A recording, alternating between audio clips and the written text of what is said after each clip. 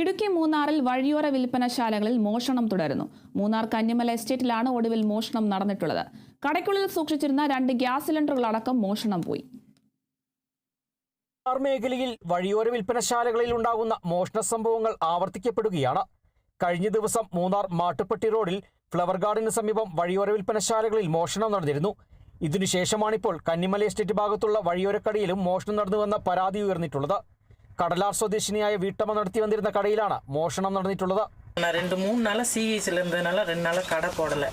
இன்னைக்கு வந்து காலையில கடையை ஓபன் பண்ணி பார்க்க என் கடை பூட்டெல்லாம் உடைச்சி உள்ள இருந்த 2 சிலிண்டர் நான் அடிஷனல் அடைக்கிறதுக்காக ஒரு புக்கில் காசு வச்சு இங்கே தான் வச்சிருப்பேன்.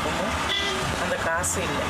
ആശുപത്രി ആവശ്യത്തിനായി പോയപ്പോൾ 2 ദിവസം കട അടച്ചിട്ടിരിക്കുകയായിരുന്നു. ഇതിനുശേഷം വീട്ടമ്മയെത്തി കട തുറന്നപ്പോഴാണ് കടയ്ക്കുള്ളിൽ സൂക്ഷിച്ചിരുന്ന ഗ്യാസ് സിലിണ്ടറുകളും പണവും മറ്റും മോഷണം പോയ വിവരം അറിയുന്നത്. മൂന്നാർ മേഖലയിലെ വഴിയോര വിൽപ്പനശാലകളിൽ മോഷണം വർദ്ധിച്ചു വരുന്നത് കടയുടമകളെ ആശങ്കയിലാഴ്ത്തിയിട്ടുണ്ട്. നാളുകൾക്ക് മുമ്പും സമാന സ്ഥിതി രൂപം കൊണ്ടിരുന്നു. ചിലർ ഇതുമായി ബന്ധപ്പെട്ട് പോലീസിന്റെ പിടിയിലാവുകയും ചെയ്തിരുന്നു. നാളുകൾക്ക് ശേഷമാണ് വീണ്ടും മോഷണം വർദ്ധിച്ചിട്ടുള്ളത്. രാത്രികാലത്തും പോലീസ് പട്രോളിംഗ് ശക്തമാക്കണമെന്നാണ് നാട്ടുകാരുടെ ആവശ്യം.